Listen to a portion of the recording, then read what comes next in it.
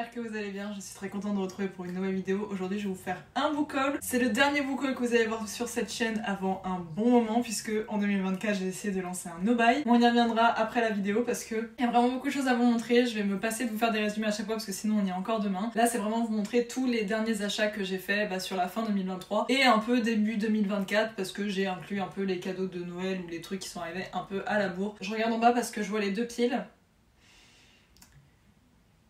Voilà.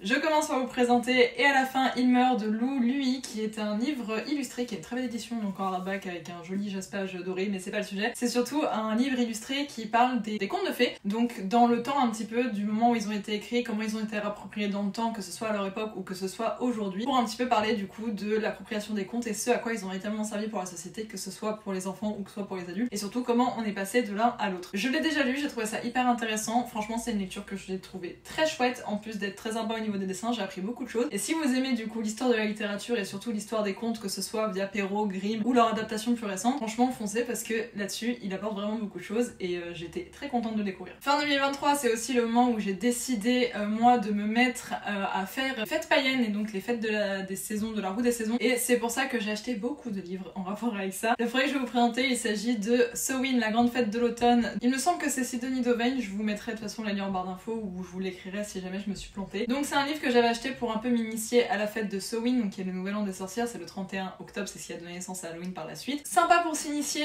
mais j'aurais voulu avoir des choses un petit peu plus approfondies. Mais franchement, pour ce qui est de l'initiation, pas mal du tout. Et forcément, dans cette trempe-là, j'ai acheté plein d'autres livres en rapport avec les fêtes païennes, donc toute cette collection-là, elle est pas encore au complet puisque certains ouvrages ne sont pas encore parus. Donc c'est aux éditions Vega, c'est les fêtes du calendrier Wicca. À l'époque, c'était les éditions Danae qui éditaient ces livres-là. Ils avaient arrêté de les commercialiser et c'est les éditions Vega qui les ont repris. Donc dans l'ordre, j'ai celui sur Ma Bonne Ostara, Imbolc, Yule et Samhain. J'en ai déjà lu quelques-uns, je sais que j'ai déjà lu celui sur Samhain, celui sur Ostara, celui sur Yule, et je n'ai pas encore lu celui sur Ma Bonne ni celui sur Imbolc. Pour le coup, j'ai vraiment beaucoup aimé ces livres-là puisqu'ils sont beaucoup plus détaillés et rentrent beaucoup plus en profondeur sur les fêtes, leur histoire et leur appropriation à travers le temps et un petit peu des idées de rituels ou d'activités à faire pour les fêter à l'ère moderne. Donc c'est quelque chose que j'ai beaucoup aimé. Franchement, je vous les conseille si vous voulez débuter un petit peu dans les fêtes païennes et découvrir un petit peu leur histoire. Je les trouve très bien fait, très clair et bien renseigné, bien documenté. Il y a vraiment toutes les sources et toutes les biographies à chaque fois, donc c'est très cool et ils sont assez courts chacun. Donc très bon investissement pour moi pour débuter et ça me donne encore plus envie d'en découvrir sur l'ésotérisme, sur les fêtes païennes, etc. Parce que j'ai vraiment pris goût à ça et à les fêter. On enchaîne avec La Reine Traîtresse, donc qui est le tome 2 du Pont des Tempêtes de Daniel L. Jensen aux éditions Brajlon, donc j'ai l'édition collector en hardback, qui est beaucoup moins jolie que le premier tome, je tiens à le dire, mais c'est pas le sujet. Je sais qu'il y a le troisième tome qui est sorti depuis, que je n'ai pas acheté pour la simple bonne raison que ça fonctionne un peu par duologie, donc les deux premiers tomes sur les deux premiers personnages et par la suite tome 3, tome 4 sur d'autres, tome 5, tome 6 sur d'autres encore. Tous est dans le même univers mais on suit pas en fait les deux premiers, les deux personnages du premier. Je n'allais pas forcément avoir envie de poursuivre et de continuer, donc je n'ai pas acheté la suite. Toujours en hardback, on enchaîne avec le tome 3 de Harry Potter de J.K. Rowling dans la version illustrée par Minalima, donc qui est en mode pop-up books. Je les collectionne donc je devais le prendre. C'est les seuls achats que je fais encore, les versions illustrées, donc celle de Minalima et celle de Jim Kay. À l'origine je pensais que c'était des éditions limitées et en fait pas du tout. Donc à l'avenir je les prendrai en seconde main je pense, pareil pour les versions illustrées par Jim Kay. Comme ça on arrêtera de financer des gens transphobes, n'est-ce pas? J'enchaîne avec La Reine sans Royaume de Holly Black, donc qui est le tome 3 du Peuple de l'air, donc le prince cruel et le roi maléfique. Très jolie édition avec un petit jaspage un peu violet rose. J'ai toujours pas lu le tome 2, mais je l'ai dans ma pile à lire donc j'enchaînerai. Et puis de toute façon c'est des éditions que je trouve jolies. Et j'avais bien aimé le premier tome donc je vois pas pourquoi j'aimerais pas la suite. Et quand même je n'aimerais pas la suite au pire des cas si je m'en séparais. C'est pas grave, mais ils sont très beaux. De la même façon que pour Harry Potter, je pensais en fait que c'était des éditions limitées. C'est pour ça que je m'étais ruée dessus quand ils sortaient. Au final je crois pas qu'il soit si limité que ça, si collector que ça. Donc j'aurais pu éviter. Ma foi, maintenant il est là, je vais quand même le lire et puis ça reste une histoire que j'aime bien. Dans la même veine, j'ai le tome 2 de Absolu de Margot Dosset aux éditions Big Bang, donc Brajlon. J'ai le premier tome, pareil, en collector hardback, que je n'ai toujours pas lu. J'espère que j'aurai le temps de lire le tome 1 et le tome 2 avant que le troisième sorte, au moins je serai à jour. Et de toute façon, j'entends tellement de bons échos sur cette saga que je pense vraiment qu'elle va me plaire. j'ai pas trop de doute dessus.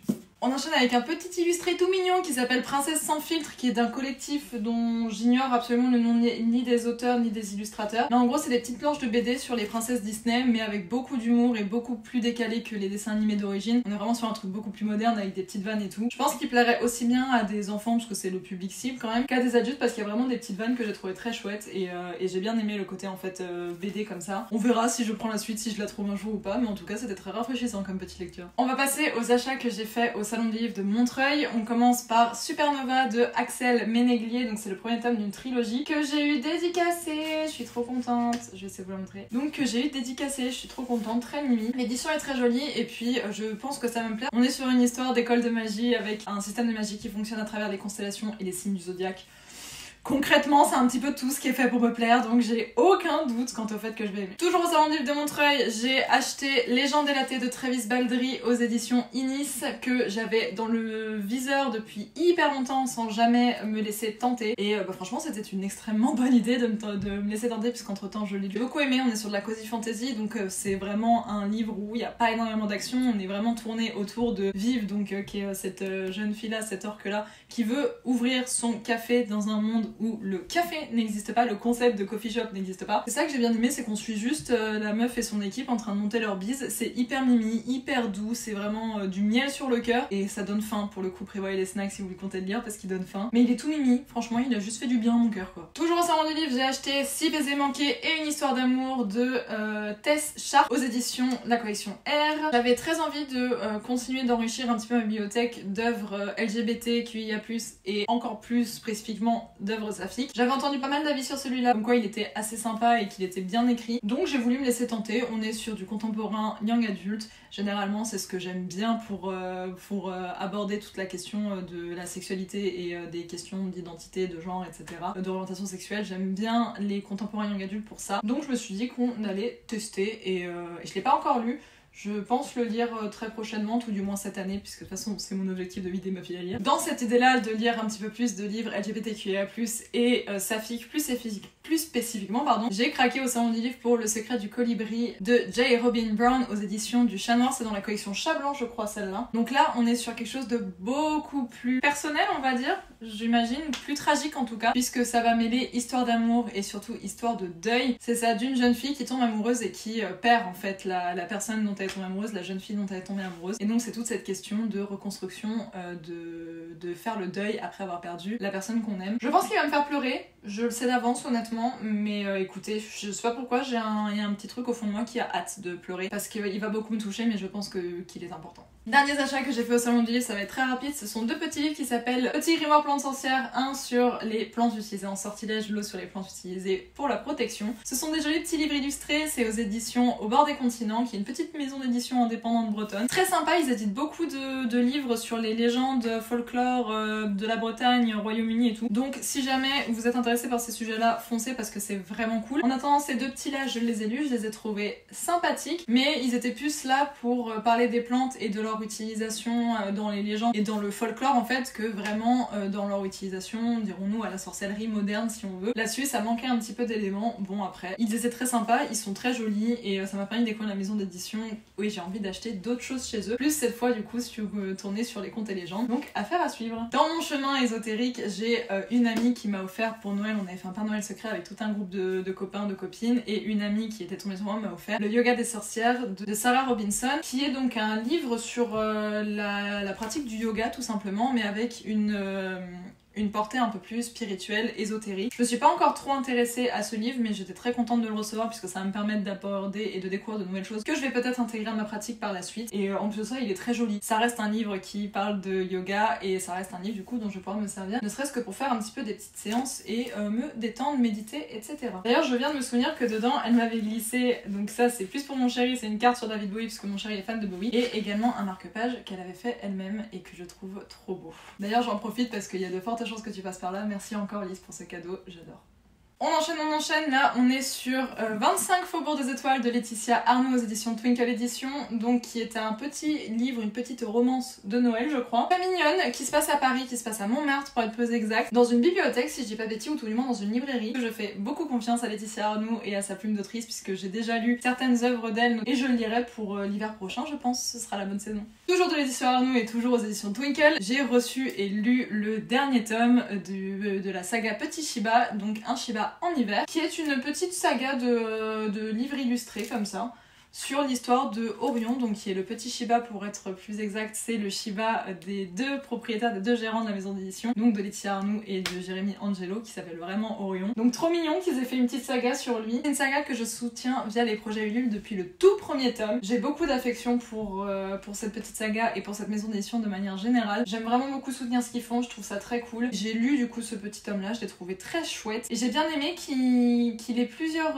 angles, à savoir où on parle de l'hiver dans sa globalité, que ce soit au niveau des vacances, de Noël et un peu de toutes les activités parce que la couverture fait penser que ça se passe uniquement en Laponie. Mais en fait non, il y a beaucoup de choses qui se passent dedans et que j'ai trouvé vraiment sympa. Que ce soit celui-là ou celui-là, la qualité de leur hardback, des finitions et du travail est juste incroyable. De Saxus et Big Bang devraient vraiment en prendre de la graine parce que c'est hyper quali, hyper solide et franchement là-dessus, je leur ai déjà dit directement, hein, franchement là-dessus ils font un travail de malade et rien que pour ça, ça vaut le coup de les soutenir. Fin 2023, j'ai acheté et lu le 5e tome de Percy Jackson, donc qui s'appelle Le Dernier Olympien. Entre temps, le tome 6 est sorti, que je n'ai pas encore lu parce qu'il faut d'abord que je lise les héros de l'Olympe avant de pouvoir le lire. Mais en tout cas, j'ai terminé l'arc principal, le premier arc des aventures de Percy. J'ai bien aimé ce tome, il y avait beaucoup d'actions qui se passaient dedans, beaucoup de choses, on s'ennuie pas trop. Il m'a même un petit peu touché un petit peu et arraché quelques petites larmes par moment. Et il clôturait bien, je trouve, ce premier arc et il donne vraiment envie de lire la suite, donc les héros de l'Olympe. Je ne sais pas quand je lirai parce que du coup, j'ai pour objectif de finir ma file à lire en 2024, donc ce sera certainement plutôt pour 2025, sauf si j'arrive à me débrouiller avant. Pour Noël, mon chéri m'a offert la trilogie complète de Nevernight de Jack Christophe aux éditions de Saxus dans la version super collector avec le jaspage incroyable. Donc il y a le tome 1, le tome 2, le tome 3. J'ai déjà eu le tome 1 puisque je l'avais en brochet et j'ai trop aimé, j'adore Nevernight. C'est une vibe très dark fantasy, école d'assassins, truc vraiment stylé. Vous voyez un petit peu l'arc d'Arya Stark quand elle est à l'école des 100 visages, ça mais en ayant une héroïne un peu plus âgée. Mais c'est clairement l'idée et j'ai trop aimé du coup le premier tome. Si vous aimez la dark fantasy, je vous la recommande à 1000% parce que trop bien quoi. En saga que j'ai continué, j'ai acheté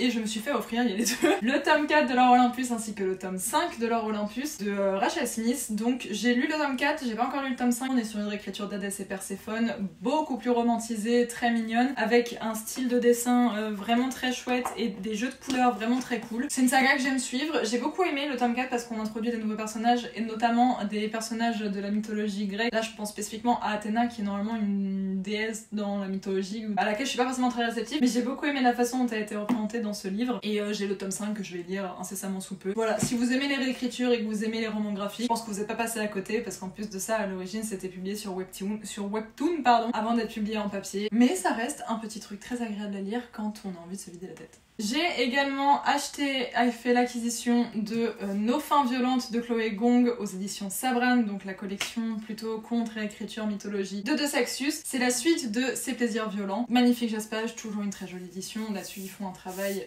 éditorial qui a été très sympa et beaucoup plus quali que d'autres livres qu'ils ont pu sortir en hardback. C'est une réécriture de Roméo et Juliette dans les années 1920, avec un fond de mafia, donc assez chouette. Dans ma recherche dans mon parcours ésotérique, je suis tombée un peu par hasard sur le livre des sorts de Marie Bruce aux éditions Hugo New Life, c'est ça hein? Ouais. Qui est un peu la collection ouais, ésotérisme, vie green et tout de Hugo Roman. Donc, qui est assez joli, avec un jaspage un peu argenté. Je l'ai pas encore lu, je me suis pas trop intéressée dessus pour le moment, mais en fait c'est un livre qui propose plusieurs rituels ou sortilèges pour différents besoins, que ce soit de la protection, de la confiance en soi, toujours des trucs très good vibe et très self-care. Donc il m'intéressait bien pour ça, j'étais assez curieuse de découvrir ce qu'il y avait dedans. À voir si je le trouve pertinent et s'il y a des choses que j'aurais envie de tenter ou pas. En tout cas pour la collection et surtout pour la curiosité et moi pour ma curiosité et mon envie d'en apprendre plus sur l'ésotérisme et la sorcellerie. Bah parfait. On arrive enfin au dernier livre de ce book haul, j'ai l'impression que c'est si long. Il s'agit de La Belle et la Bête de Madame de Villeneuve aux éditions Flammarion, donc c'est la version illustrée par Mina Lima. Donc c'est un livre pop-up hein, sur le même principe que le Harry Potter tout à l'heure et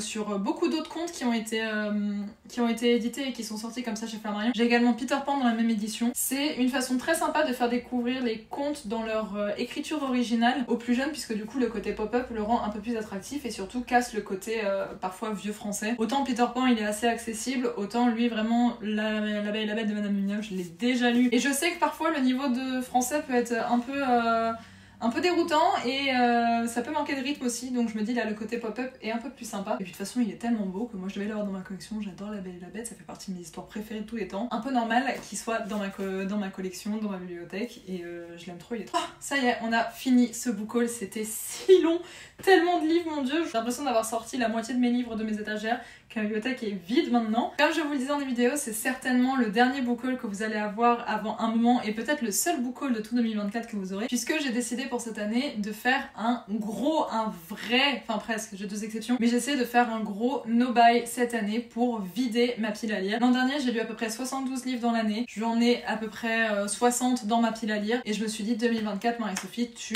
extermines ta pile à lire pour te lancer sur de nouvelles bases en 2025. Je me suis quand même fait 2 petites exceptions que je tiens bien jusqu'à maintenant, donc je suis très contente. La première, j'ai le droit de m'acheter un livre ésotérique par mois, un livre sur l'ésotérisme par mois, donc principalement c'est ceux en fait sur les fêtes et les sabbats, pour pouvoir préparer le sabbat qui arrive. Et la deuxième exception, c'est si je veux participer à des campagnes de financement Ulule, notamment pour les éditions Twinkle qui sortent pas mal de livres via les campagnes Ulule, donc je me suis dit, aussi exception pour ça, à raison de 5 livres maximum dans l'année. D'ailleurs si vous voulez suivre mon aventure et mon chemin là-dessus, n'hésitez pas à vous abonner à ma chaîne YouTube, puisque du coup je vous ferai des updates de mes lectures et de l'avancée de comment je réduis ma pile à lire, comment ça avance, etc. Donc si vous voulez, n'hésitez pas à vous abonner, en plus ça me fera plaisir, c'est un petit soutien et ça vous prend 2 secondes à vous, c'est gratuit et moi ça m'apporte vraiment quelque chose. N'hésitez pas à commenter la vidéo, dites-moi quels sont vous les derniers achats que vous avez fait ces derniers temps. Est-ce que vous allez faire un no-buy, est-ce que vous en avez rien à foutre, vous avez un rapport avec votre pile à lire, si elle fait 100 000 livres ou si elle en fait 10, n'importe. Dites-moi tout ça, et aussi s'il y a des livres parmi ceux que je vous ai présentés que soit vous avez dans la bibliothèque, dans votre pile à lire, que vous avez peut-être lu, ou alors qui vous intéresse, je suis très curieuse de connaître tout ça. Vous pouvez également me rejoindre sur mes autres réseaux sociaux, donc Instagram et TikTok, je vous mettrai tous les liens dans la barre d'infos. Sur ce, moi je vous laisse, je vous fais d'énormes bisous, je vous souhaite de très belles lectures, prenez soin de vous, et on se retrouve bientôt dans une nouvelle vidéo. Ciao ciao.